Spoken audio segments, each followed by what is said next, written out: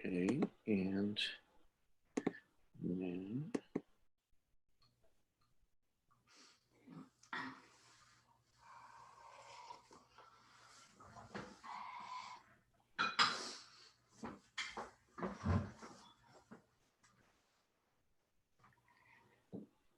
it is now 5 o'clock. So we'll just give people one more moment. Mm-hmm. And then I'm just waiting for my cues from you. Okay. Sir.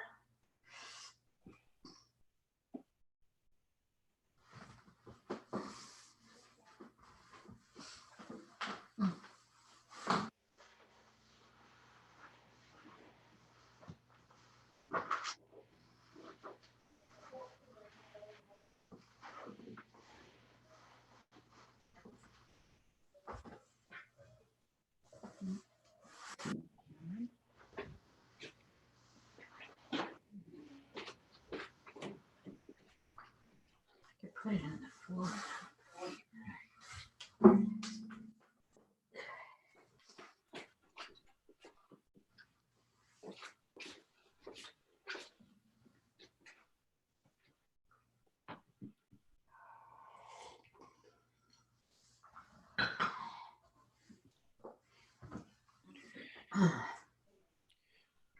Good afternoon. The Jewish Federation of Western Connecticut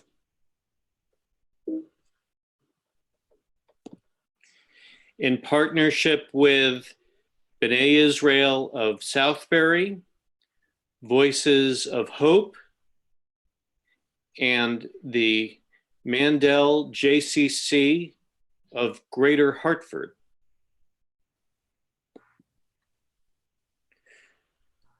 offer this Yom HaShoah commemoration for 5780 for 2020.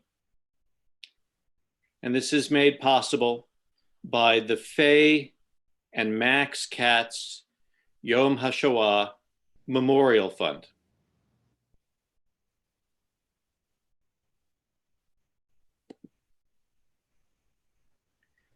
Our commemoration will include the following.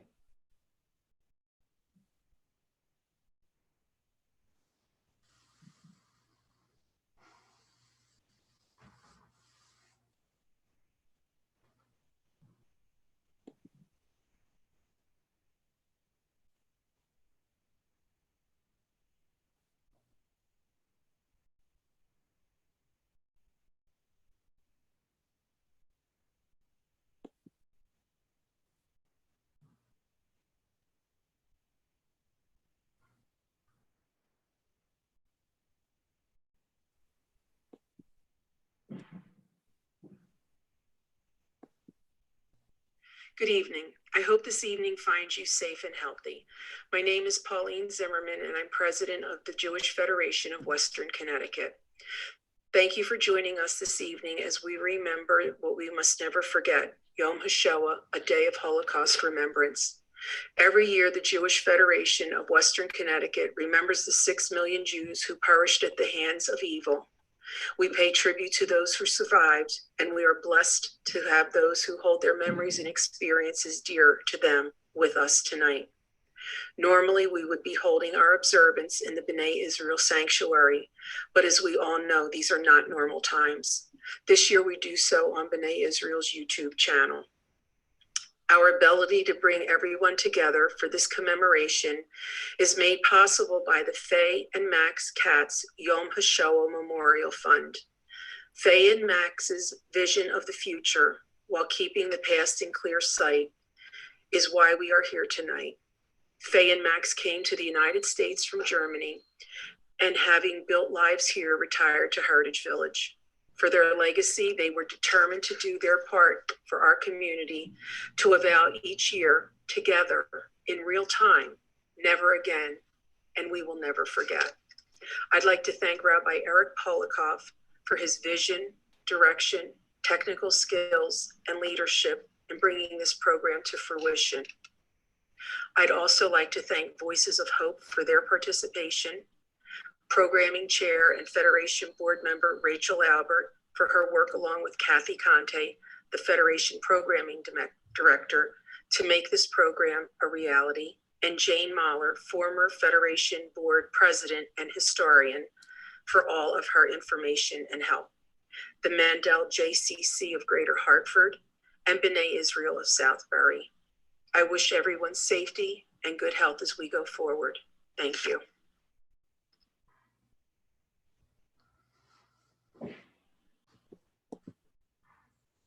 Good evening.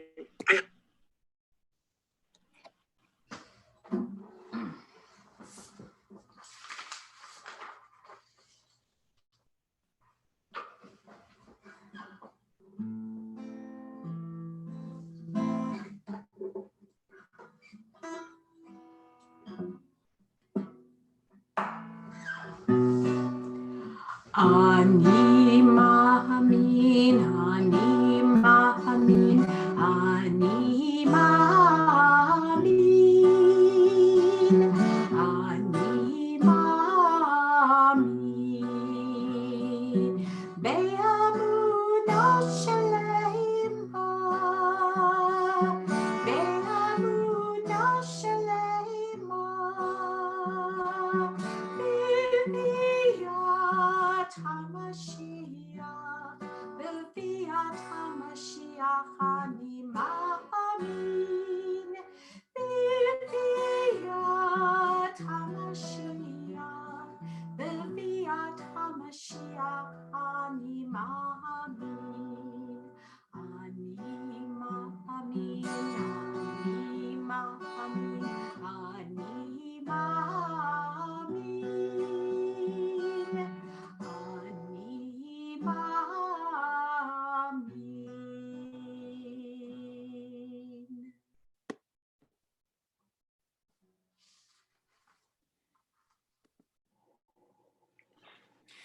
Linda Goodman, our Director of Sacred Music, has just shared words that offered our people hope before, during, and after the Shoah.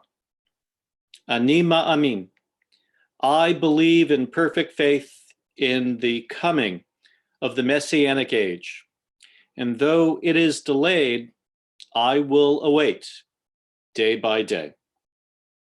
In Judaism, we are taught to be resolute, to live with hope. You'll hear that theme this early evening as well. Our presenters share a singular determination, not only to remember, but to provide accurate facts and context, and to draw appropriate lessons. They beseech us to give no quarter to prejudice and hate, lest bigotry fester and grow. Research indicates that knowledge of the Holocaust is far from deep, especially amongst the young. And we know some others misapply the Shoah. In recent days, we've heard some liken social distancing to cattle cars, and state governors' executive orders to Nazism. May we never permit the Holocaust to be trivialized through shameful falsehoods or imprecise comparisons. Indeed, this extraordinary time heightens the importance of our commemoration and our work. Already last year, before the pandemic, anti-Semitic incidents increased 18% over the previous year.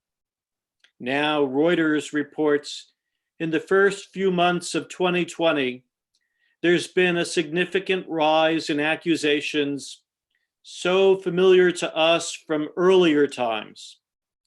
The blood libel that Jews are behind the spread of the virus or are directly profiting from it. Thus, the significance of also hearing from students as we will. For we do well to engage outside of our own enclave and community. As an extended community, and people of goodwill, we also turn to prayer. Siddur Lev Chadash states, wherever you may be, whenever that may be, I shall be there with you, the last survivor. Because you will be the last survivor, I shall be there, I promise you. I promise to be the memory of your memory. I promise that what you have endured will not be erased from the human conscience. I promise you this ultimate justice, that neither your name nor your suffering shall be permitted to vanish from world history.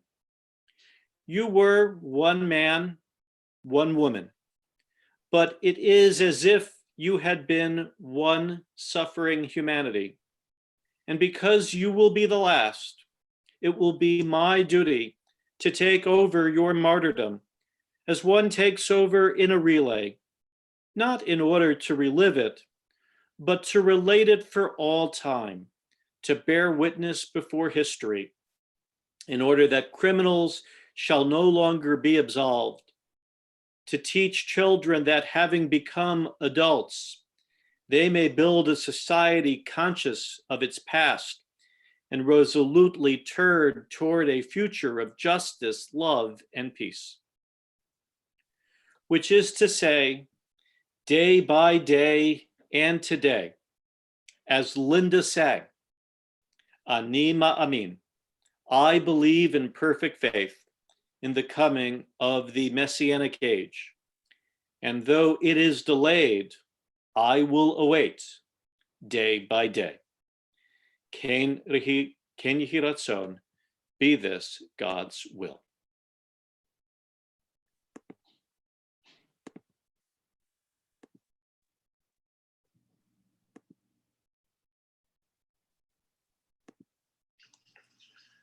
The original wording of an aphorism by the 18th century Hasidic leader, Rabbi Nachman of Bratslav, which was made into a popular song with altered words, states there are times when humans have to cross an extremely narrow bridge, and the essential thing is not to be overwhelmed by fear. I quote this because today, just as during the Shoah, we have to cross a very narrow bridge.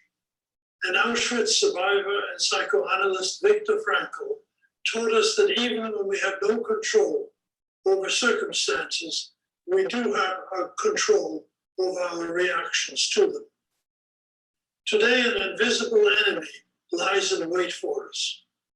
During the Shoah, we knew the Germans were the enemy, but we also had an invisible enemy. We could never be sure whether a neighbor was friend or foe.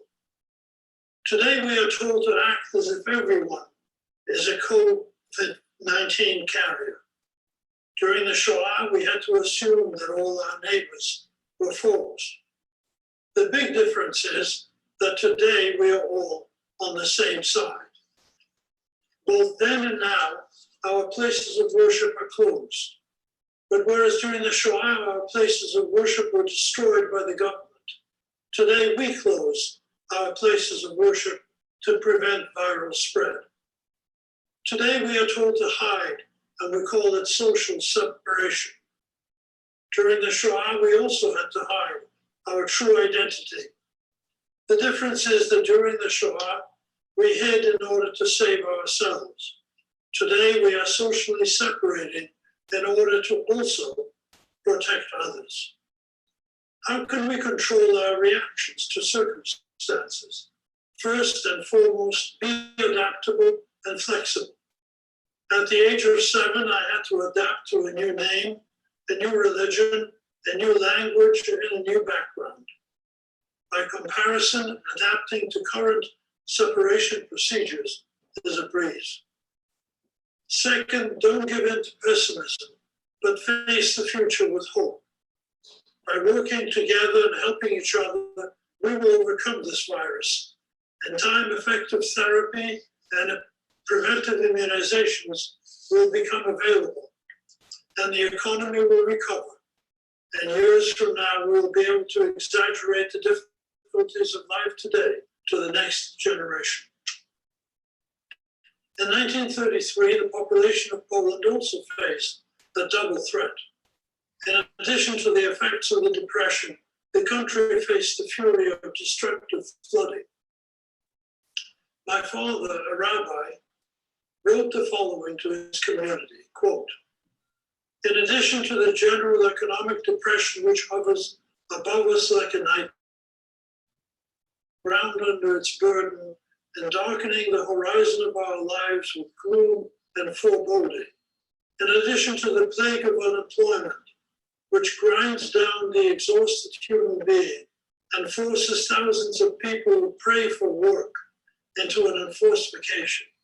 In addition to all of these, unbridled nature has attacked our land. Both humans and animals find their graves in whirling, surging waters. But does our tradition teach us to be thankful to God for the bad as well as the good? Must we really thank God for sending us misfortunes, for the enormity of the destruction? Our teachers were not mistaken. Our hearts are truly filled with gratitude to God when we hear stories of the heroic behavior of people affected by the flood, of examples of the true love of individuals who, with heroic generosity, endanger their own lives in order to help to save others, of feelings of partnership and brotherhood which enveloped everyone, instances when Christians saved Jews and were saved, and Christians saved Jews and in turn were saved by Jews. Tragically, this misfortune has destroyed human life and property, but it has saved our faith in man. Let us be grateful to God for these sparks of life in the midst of the clouds of misfortune, for these manifestations of human goodness, unquote. At the Pesach Seder, we first eat maror, bitter herbs, then the sweet charoset, followed by a sandwich with a mixture of both, to teach us that even the bitterest tragedy has a sweet side. I wish you and your family a safe crossing of today's narrow bridge.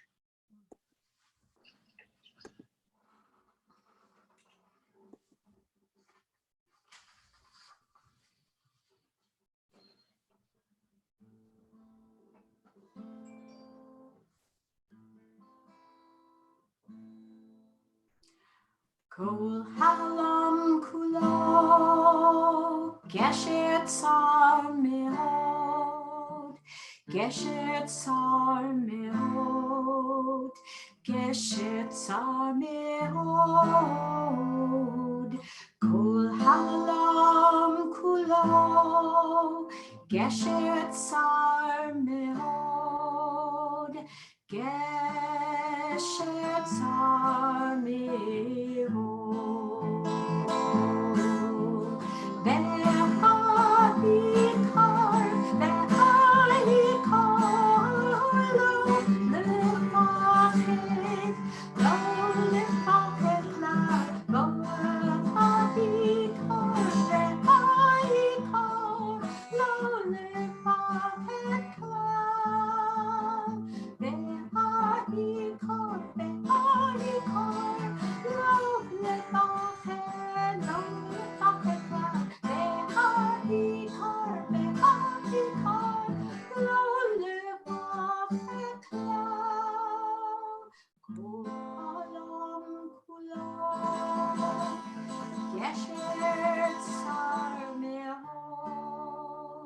Gesher tsar meod, gesher tsar meod.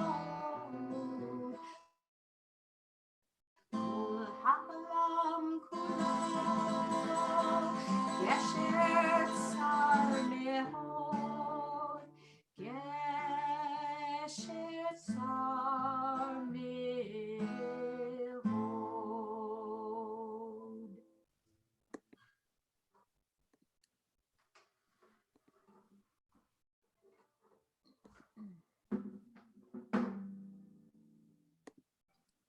My name is Ruth Weiner.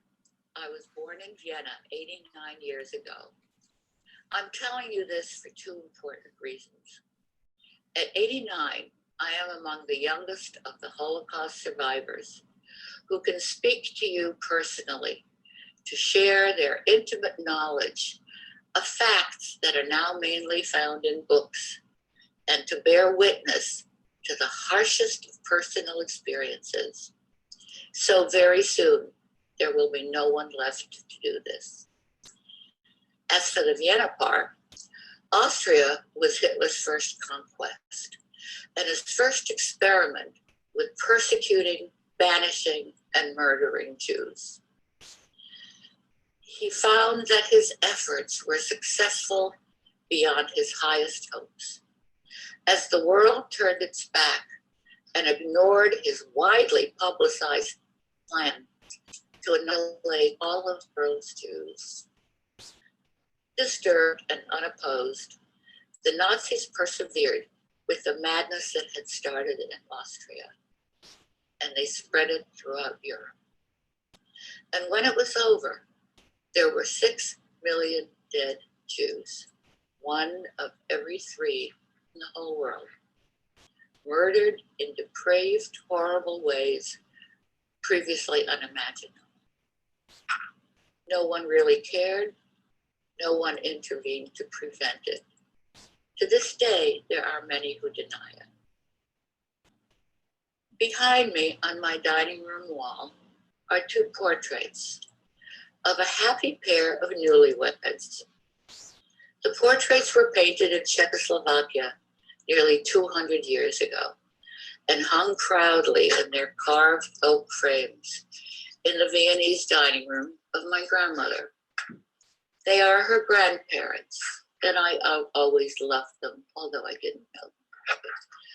One day, shortly before I escaped Vienna with the Kindertransport, my grandmother, a gentle, genteel, gracious lady, took a kitchen knife, went up to the portraits, and slashed them from their frames.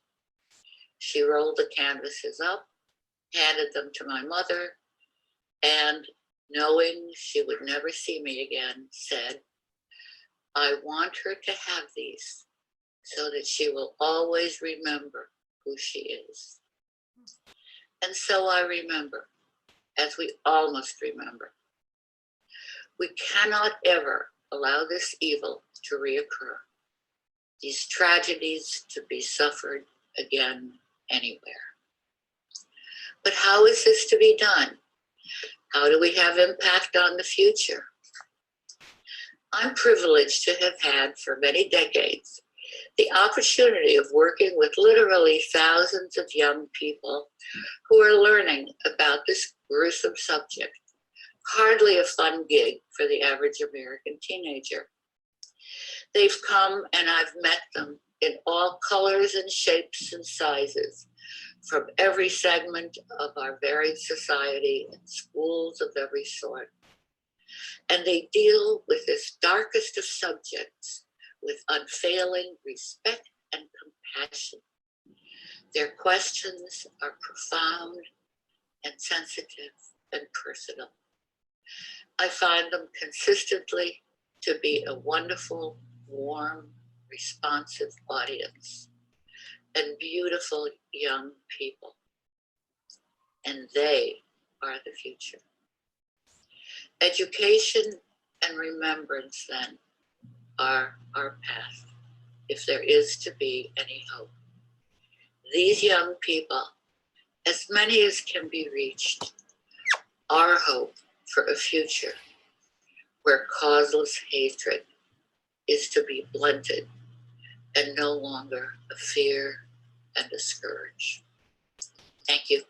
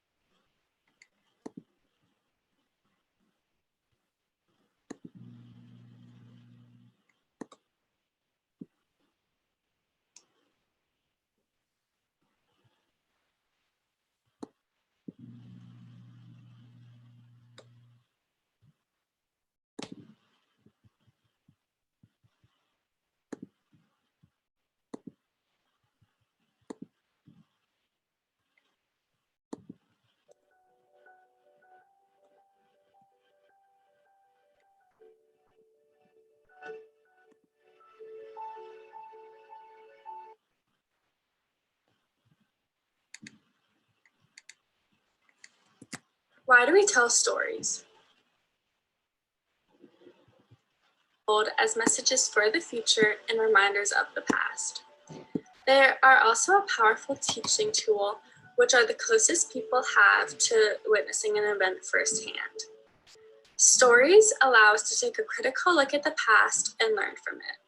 And most importantly, stories convey hope for the future.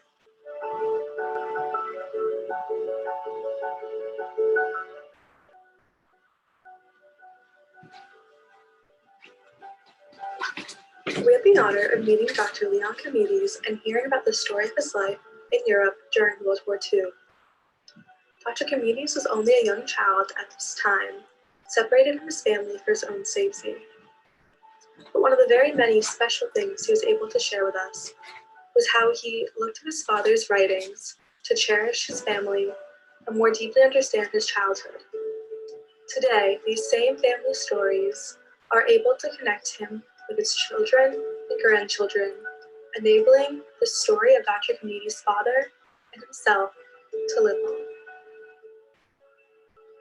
My father had written essays, so obviously this was a means of him communicating with his community, if you will.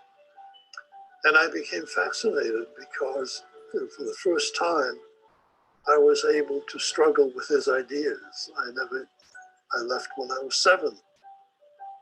Dr. Comedes also shared with us his discomfort with the term Holocaust, instead opting to use the Hebrew word Shoah, meaning destruction. He informed us that the Greek root of the word Holocaust means a whole sacrifice to the gods, and he personally refused to refer to his family in such a light. This fact speaks to Holocaust education as a whole.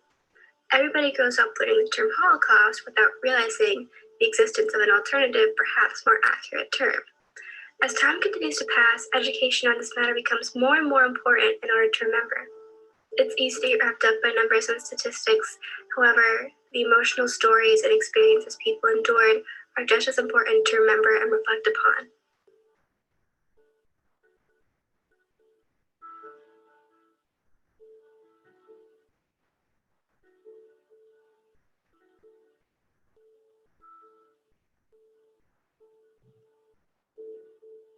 For a long while after the Holocaust, Dr. Comedes never verbally shared his story because it was too emotional.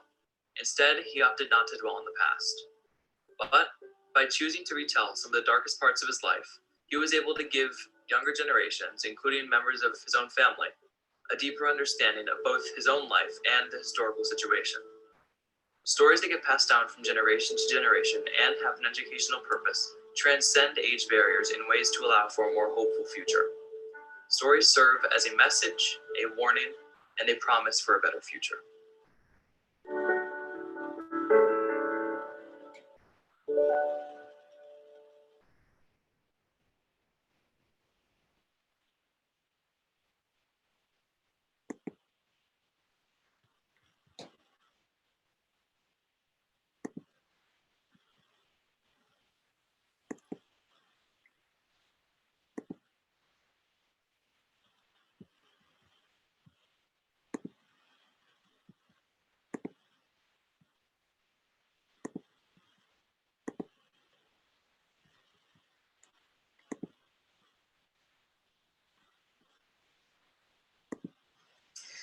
Eli,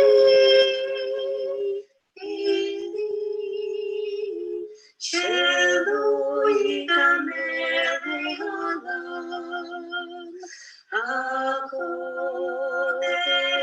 hayom, v'yishlu shamayim, v'rakol shamayim,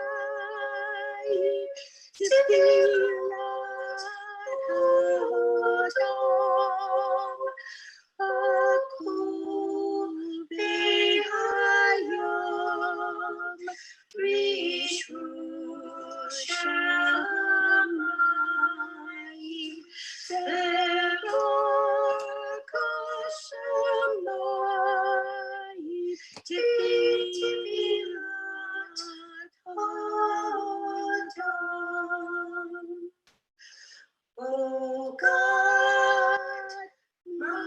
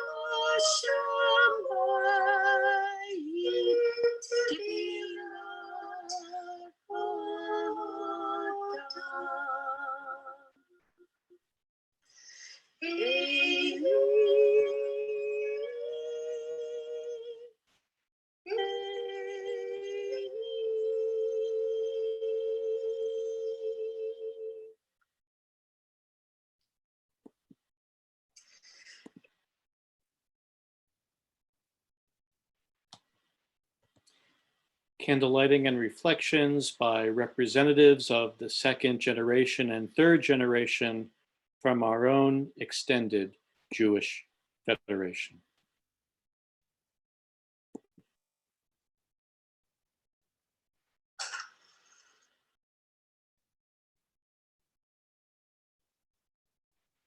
Shaya tensor, Chaim tensor, Heel tensor, Israel tensor, Kalman tensor, and Romek tensor. Although my mom survived the camps, she never saw herself as a strong person. She was always very soft-spoken and gentle-hearted. But she taught me that when you're faced with a real crisis, something you never imagined you could endure, you don't even really think about it. You just find your resources within you, lean on the collective strength of those around you, and move forward. And somehow when we emerge, it's with greater insight, sensitivity, and strength of character.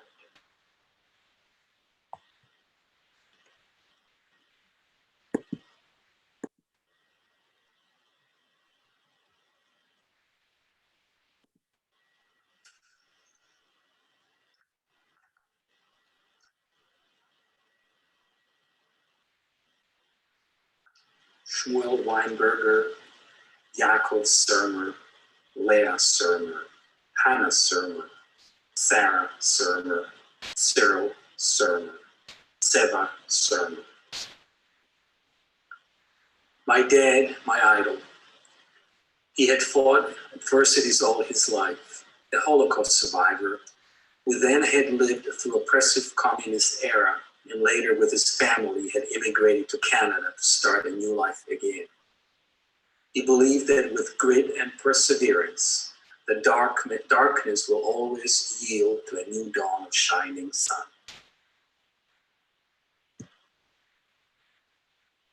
I'm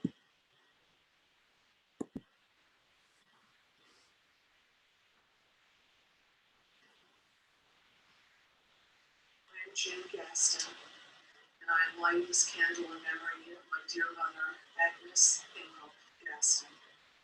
She was captured by the Nazis in Budapest, Hungary, when she was 16, and then taken to Ravensbrück. Though she suffered greatly at the hands of the Nazis, she was an exceptionally kind and compassionate woman. Whatever hardships we are now all going through in our community, we should remember that, of course, it is nothing compared to what she and many others endured during World War II.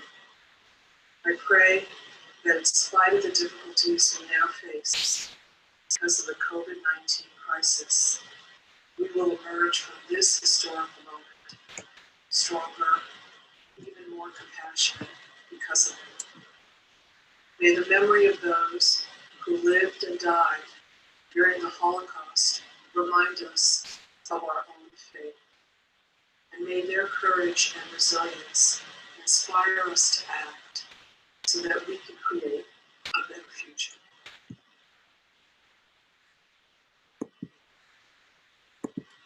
My father, Morton Sipley, was a Holocaust survivor. He would say at least we are able to prevent illness by hand washing, masks, and social distancing. Our relatives, 6 of whom perished in the Holocaust, do not have options. We are resilient. We will get through this.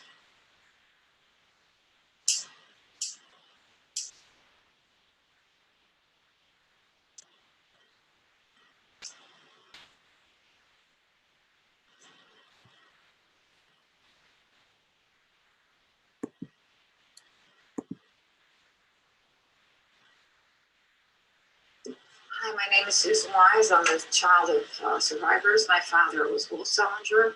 My mother was Aranka Goldstein Salinger. My father was from Poland and my mother's from Hungary.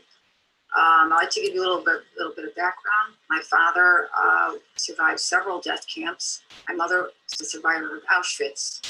And I'd like to share with you the thing I probably remember the most. My father used to say how he made a life for himself. He did not let the Germans win. And he decided after the war was over that he had 2 choices, to either give up or to make a life for himself. As I already said, he did make a life for himself, and he probably was the most amazing and remarkable person I ever knew, and I miss him terribly.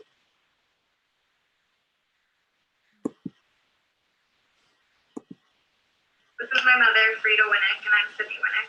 We're lighting this candle in memory of my grandfather, Jacob Kazimierz, and in honor of my grandmother, Rachel Kazimierz. We love you, Bubby and Sadie.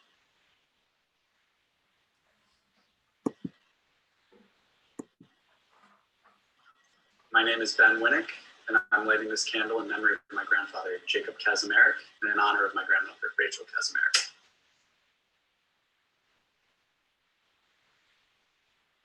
I love you, Bubby and Sadie.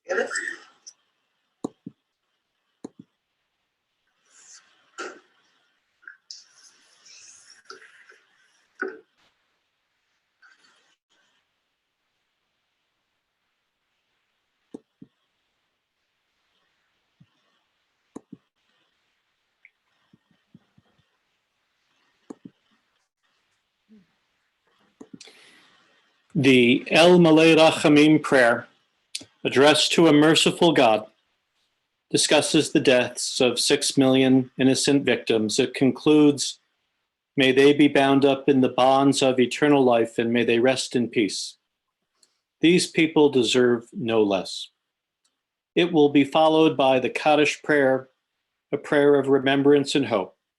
And then, as we are a week away from the 72nd anniversary of the modern state of Israel, whose mission is to protect and nurture the Jewish people, we will conclude with Hatikva, Israel's national anthem. For those who are able, we invite you to rise.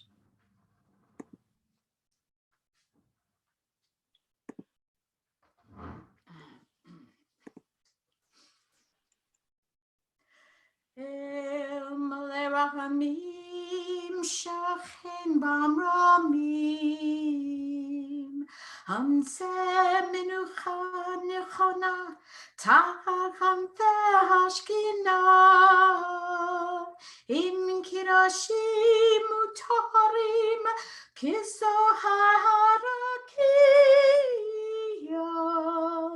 Masirim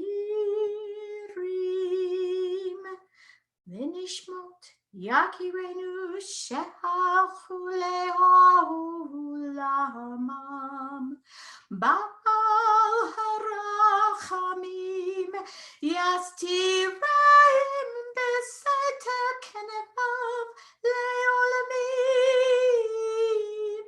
Vitzro Bitzro Hachaim Et Nishmatam Adonai hu nachalatam v'yanuhu b'shalom al mishkavan v'nomar amen.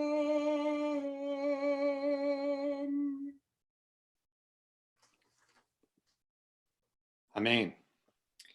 Yitkadal v'yitkadash Shemei Rabbah V'alma divrachurute v'amlich malchute B'chaye chon u'vyome chon u'v'chaye dechol Beit Yisrael Ba'agala v'zman kariv v'imru Amen. Yehei Shemei Rabbah Mavarach Le'alam u'lalmei almaya.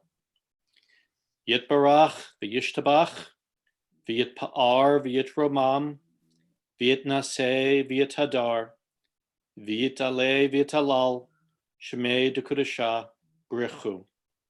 Le'ela min kol birchata v'shirata, tushbachata v'nechamata, damiran bi'alma, v'imru amen. Yehi shlama rabba min shemaya, v'chayim aleinu ve'al kol Yisrael, v'imru amen. Oseh shalom bimromav, hu ya'aseh shalom, aleinu ve'al kol Yisrael, v'imru amen.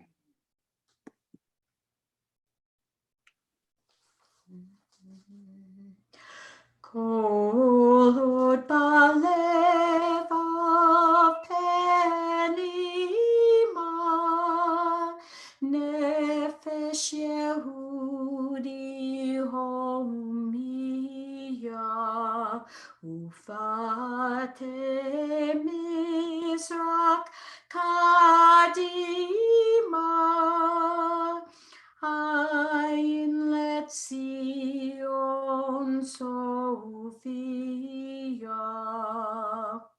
Od lo avdatik batenu, hatik babat shmot apayim, Liotam chofshi be'atzenu Eretz Zion Yerushalayim.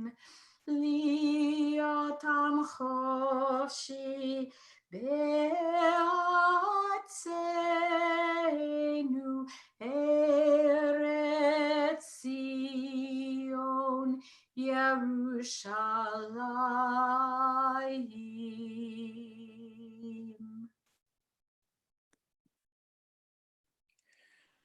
We offer our thanks for all who helped in preparing this commemoration.